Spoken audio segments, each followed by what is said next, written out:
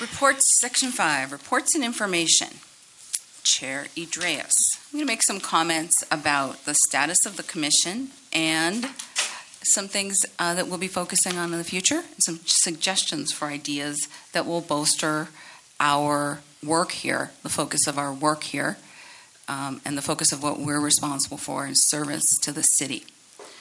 So thank you to our commissioners who volunteer your service, our service to our great city.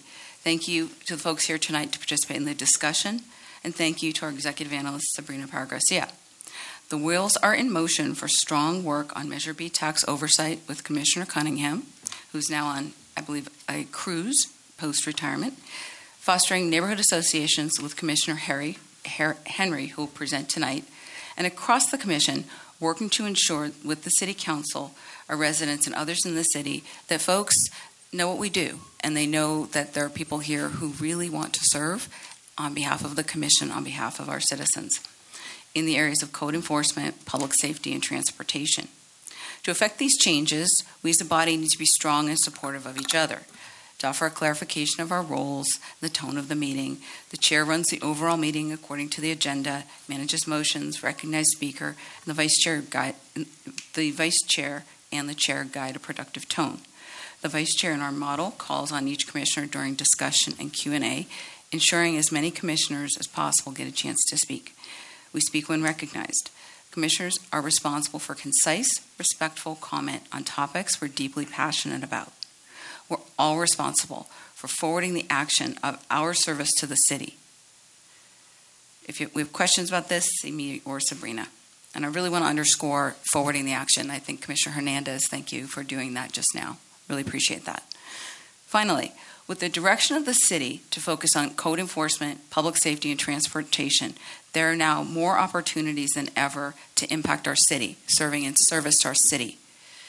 While our work plan and ad hocs are set, there are opportunities to champion topics and make policy recommendations as part of your own passion on behalf of the city and our service to the city.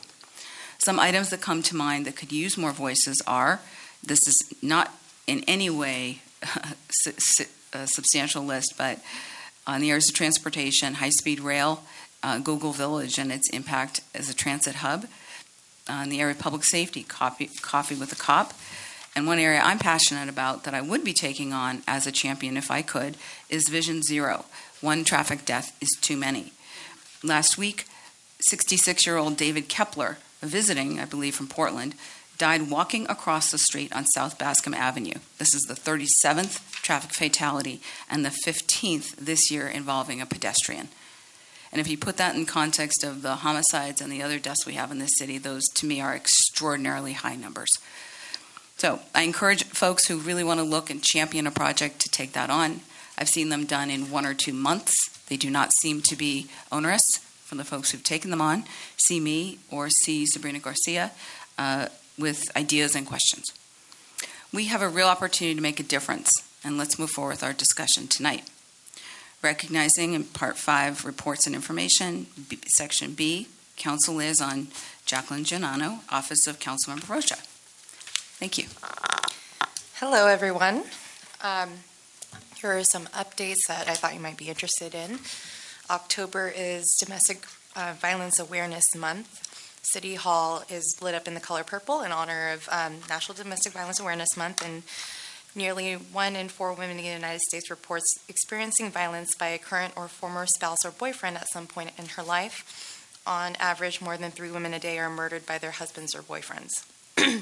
Although women are much more likely than men to be victimized by a current or former intimate partner, domestic violence affects everyone.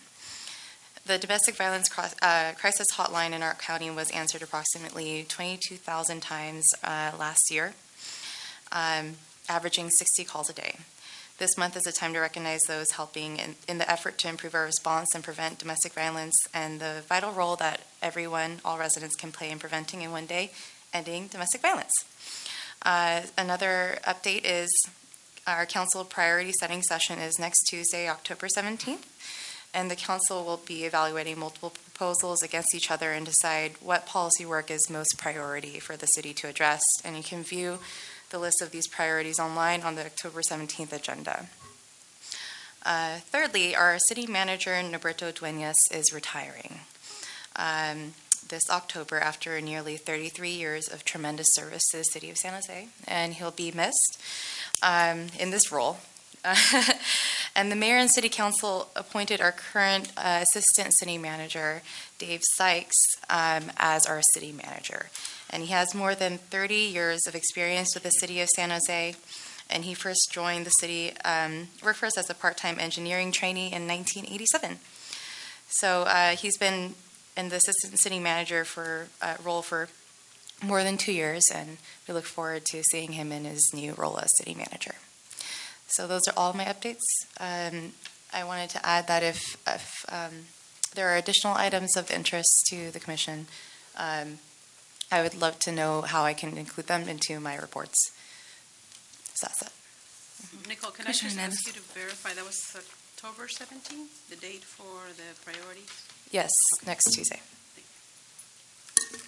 Commissioner Semanek? Yeah, I just had a question on domestic violence. Is there a city webpage that has that data you talked about? I'm not sure if there's a city web Well, you page. cited some stats for women. I was just wondering if it was gender neutral that it talked about males as well. And then is there a resource page for domestic violence? And the reason I asked the question is a lot of people, at least in my district, are concerned about it, and I think that would be yet another avenue of getting information out to the community. There is a lot of great work happening at the county level. They've just concluded a kind of large task force effort on intimate partner violence.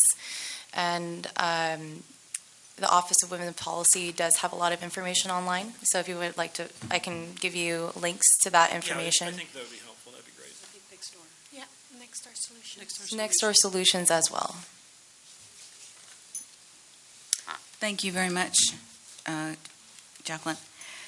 Next up, item 5, reports and information. C, Sabrina Paragarcia, Office of the City Manager. So Jackie took one of my items, which was about Norberto and Dave. However, I have a few others that I just thought you, as the neighborhoods folks, would find interesting. Right after the meeting last month, there was the city announced that they will be filing a complaint against the Trump administration's decision to eliminate the DACA program. So that's in the works currently. The law firm Coach, Pittry, and McCarthy are assisting on a pro bono basis. This is just for you. Just for you, Pete. So the city was pleased to announce that they have exceeded the state mandate to reduce trash in creeks. It surpassed the 70% reduction that was mandated for 2017, and they're on their course to meet the 80% mandate, which is for 2019. And in fact, they have reduced trash that flows into creeks from storm drains by 79% since 2009. And again, that's more than the state requirement. So, good news. Also, good news coming up, just to make sure you guys knew, the city is going to increase minimum wage by $1.50 on January of 2018.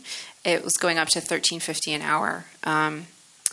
If you have more questions, you can ask, but right now it's at $12 an hour. And finally, this is because I thought this was really interesting. The city is partnering with the Burning Man Project to bring one of the art installations from Burning Man to the city. It's called Sonic Runway, and it will be installed along Santa Clara Street in front of City Hall. And it's done by architect Richard Meyer. So the opening date for that will be Friday, November 3rd from 6 to 8 p.m.